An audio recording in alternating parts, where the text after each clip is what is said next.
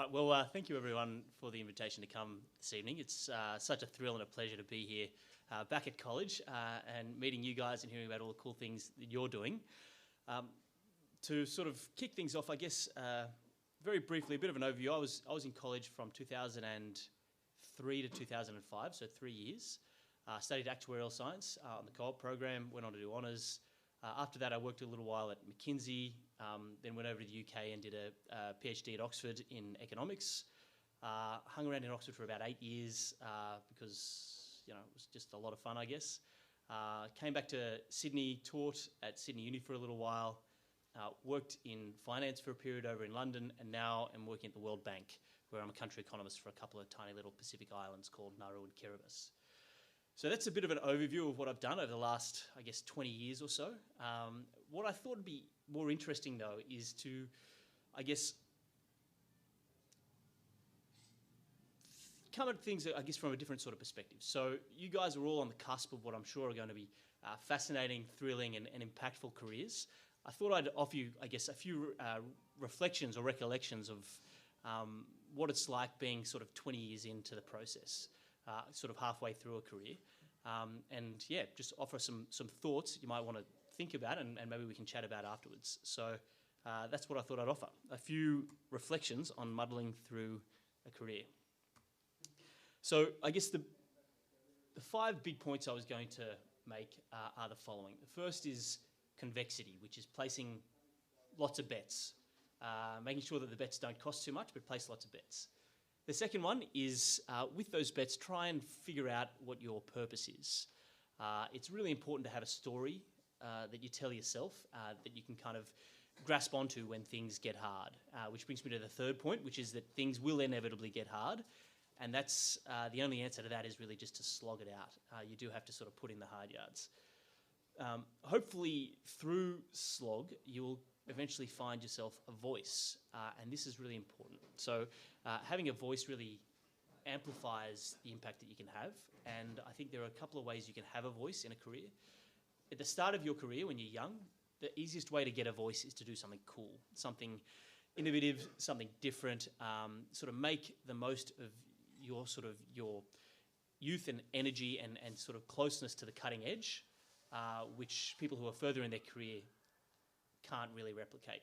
As you move on through your career, you get older, you build up contacts, you build up prestige and all that sort of stuff, and that's the way your voice comes. But you can have a voice early in your career if you're working on cool stuff. And then finally, contacts. So I think contacts are important. The contacts that you see in the room around you are probably going to be some of the most important in your life. So hold on to them and think of them not just as contacts but as friends. But that's really the thing that amplifies all these other elements. So to jump into them, convexity. So the idea here is try and place lots of bets. You know, keep your options open is another way of saying it. So if you can do something that doesn't cost a lot but might have a big upside, there's a no-brainer. Do it. Things that look like that are things like putting in job applications or scholarship applications. Don't just apply to one job or one scholarship. Apply to them all. At the end of my PhD, I think I applied to 80 jobs and got one. You know, when I was applying to get into the PhD, I applied to every scholarship I could find and got one. You know, the more you place, the more bets you place, you know, the more chance you have of something kicking off. Something else that kind of looks like this is parties. You know, if someone invites you to a dinner or invites you to a party, go along. You don't know what's going to happen. There could be massive upside. Worst case, you waste a couple of hours. But getting out there, meeting people, socialising is also something that has massive, convexity in its payoffs. Trying out ideas quickly, hackathons, all that other sort of stuff are other great ways to sort of get a bit of a feel for whether or not something might pay off. And at the moment, I'm kind of working on something just like this. It's a little web app that I've built, which is designed to basically help teachers mark essays. And students might find it useful as well. I guess we can talk about that later, but the idea is, place lots of bets, and you know, if you're lucky, they'll pay off. The second one is purpose. So it is good to figure out what your purpose is. And I think that this is really crucial because it sort of gives you something to hold on to when the going gets tough. And the way that you kind of think about purpose is the story that you tell yourself. And my story started when I was 5 years old. And I didn't realize it at the time, but my story started on the island of Nauru, where Dad was a school teacher for a couple of years. Now, this is a tiny little island in the middle of the Pacific that was once the richest country in the world because it was made out of fossilized bird crap, right? They mined it all, they blew it all, and we were there in the dying days of this boom. And you'll now know Nauru famously as the home of this asylum seeker processing centre. But knowing the history of Nauru and knowing how they had this obscene wealth and how they blew it in spectacular fashion always was something that I carried with me. And so when I ended up getting to Oxford and thinking about what I should be doing with my PhD, my ears were sort of pricked when one of the professors came into the room and he started telling me about something called the resource curse. The resource curse is this idea that a country that has a lot of natural resources like phosphate or like Australia's coal or like Botswana's diamonds or Nigeria's oil, the idea is that these resources can actually be a curse rather than a blessing. They can destroy your economy rather than sending it in the right direction. And to me, this was like, something just clicked. I knew that this was going to be my story, this was going to be my purpose because I'd seen it as a kid. It was relevant to Australia, my home country, so it was something that I could sort of take home with me. And there were open research questions in it. So that's how I grabbed onto the resource curse. And I've stuck with it since. My PhD was focused on drilling into this resource curse and how you address it. And my work now, where I currently work at the World Bank, and both the countries I work on, Nauru and Kiribati, suffer from this resource curse. And it turns out that I'm back working on Nauru in a professional capacity, 35 years after I was there. So it's nice to have that story that you can hold on to. The third thing, though, is slog. And the idea is that, work, no matter what you're doing, is going to become a slog. The first couple of years are fun, you're excited, all that sort of stuff, but eventually it does just get hard work. And the only answer you have when you're finding this hard work is to grind through it and to think back on what your purpose is. And you'll find pretty quickly if you don't have that underlying sort of foundation of purpose underneath you, you'll just probably say, what the hell am I doing this for? So it's really important to have that purpose you can fall back on when the going gets tough.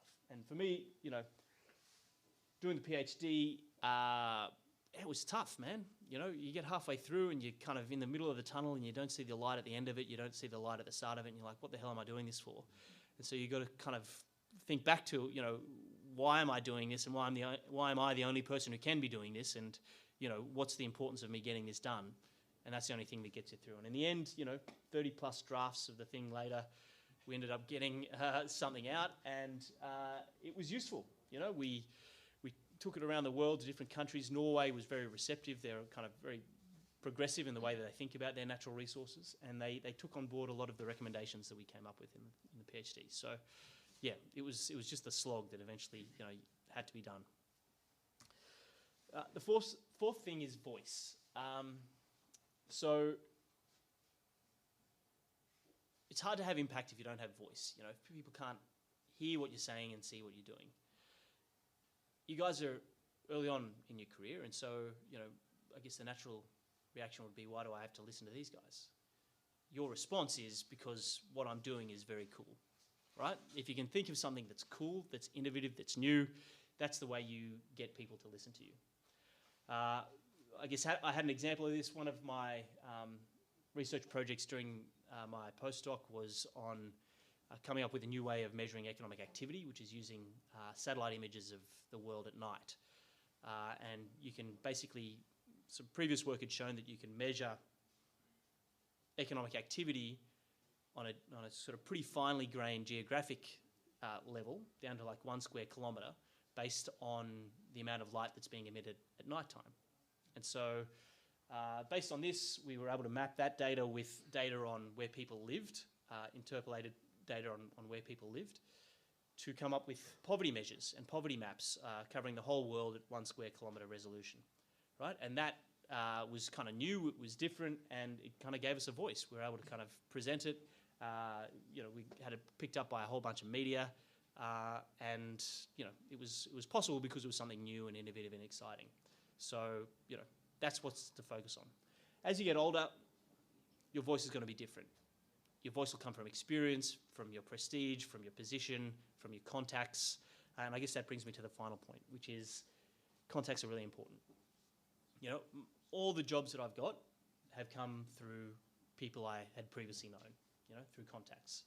And as I said, some of the most important contacts in your life are standing here in this room with you. So cherish these relationships and friendships that you build here at New College, because they are both wonderful and life-affirming and sort of the stuff that sort of feeds your soul, but they are also really important in your life and your career, and so cherish them.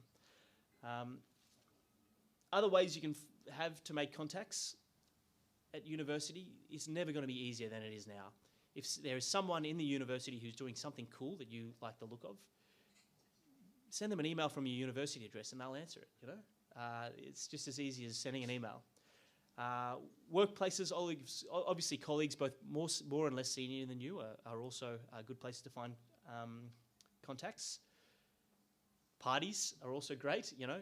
Sometimes you have amazing happenstance at a party and you just strike up an amazing conversation, and that can be the start of a startup or a business or a job, you never know. They say LinkedIn is a good way of building it. I don't really use it that much, but some people may have more success. But I think, you know, ensure that you're kind of thinking about the relationships that you have, and I guess the important thing is not to do it consciously, but just be a friendly person and be open to contacts as they appear. The final point I'll make, though, is that careers are messy, and there are lots of failures. So often all you see on LinkedIn is the list of successes that you've had. Behind those successes are hundreds of failures, right? For me, going to grad school, as I said, I applied to every single scholarship there was out there. Missed out on almost all of them, but I ended up getting one, you know, and that changed my life. And it meant that I could go and spend, 8 years over in the UK studying, where I met my wife, and we've now got a beautiful little baby together. At work, you know, I applied to all the consulting firms, missed out on 3 of them, but I got lucky with 1, you know. So there's way more failures there than successes. It's really just, you know, the failures sort of fade into history, and the successes are what you hold on to. As I said, you know, after finishing the PhD, applied to 80 jobs, I think. Some people applied for up to 200, but you only need 1. And in politics, yeah, I had a shot at Parliament as well in 2016. Missed out, but, you know, there wasn't that much of a downside because I had a job to go back to, and it was a good learning experience. So, you know, that's the whole idea. Place plenty of bets and be willing to accept that there's going to be lots of failures along the way. Thank you very much for having me, guys. Can't wait to get the chance to meet and speak to you all. And, yeah, looking forward to dinner as well. Thanks for having me.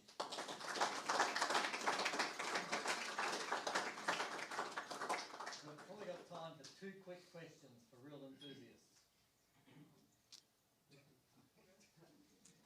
Thank you so much. I wanted to ask, I really thought when you looked into Tanzania and the light pollution there, how do you come up with new ideas that are not, that are original and that are not already done before? So the idea of light being correlated with economic activity existed. Our idea was kind of to sort of map it to poverty and to use it to figure out what goes on during resource booms. So part of it was combining ideas, like doing lots of reading and taking this idea over here and this idea over here and just putting them side by side and saying, hey, what if we did those 2 things together? That's one thing. I guess the more poetic answer to that question, though, was when I was in the UK, I like to go surfing, right? And in the UK, surf's miserable, the weather's miserable, and so the first thing I wanted to do every holiday was get out of there. And Morocco has amazing waves, and so I took a flight to Morocco to go surfing there. And flying in at night time, the coastline was absolutely bare everywhere, except for this one spot that was lit up like a Christmas tree. And that spot was the one place that had the surf break. And that got me thinking, hey, that's weird. You know, why is the surf break the only place with lights? Maybe the surf break is attracting people and creating economic activity, and the lights are just reflecting that.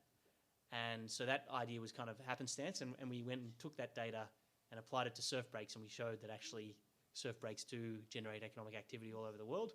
And yeah, yeah, we got sort of picked up by a few media outlets there as well, and yeah. So that was kind of just happenstance. But I think it was mostly I had my mind thinking about nighttime lights, and at the time I was thinking a lot about surfing. And so when you put those two things side by side, then so maybe it's just the idea of putting two ideas side by side and saying, hey, what happens if we combine these things? Yeah. Thank you. There's a question about halfway down the room. The hand was up very quickly. Who was that? You go. Are you sure? Yeah. Oh, okay. Right. So I was wondering, like, you talked a lot about purpose, but how do you sort of find that balance between passion and purpose? And more like, I want to know exactly how you found that as well.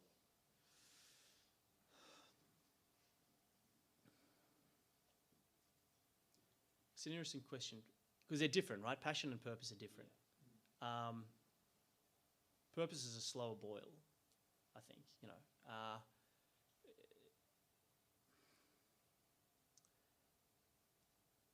I guess passion is what you love to do, but purpose is what you have to do. You feel like that's your story. That's what your point of being here is. And it's probably not always fun. Some people's purpose is to hang out in war zones, providing aid and stuff like that, which is not fun, but it's a purpose and it's a reason why they get up in the morning. So I guess that'd be a way of creating the distinction. And how do you find it? I think it probably starts pretty early. So think back through your early experiences, your childhood, your family, I think you'll know when it strikes you, but you just got to keep your eye out for it and keep looking for it. And I think ultimately it should be probably something that is contributing something to the world. Very few people's purpose are to, I don't know, just make cash and drive fancy cars. That's probably not it, right? But there is something there, and it's probably uniquely yours. You just got to keep your eye out for it, and you'll know it when it strikes you. But you got to search for it actively as well.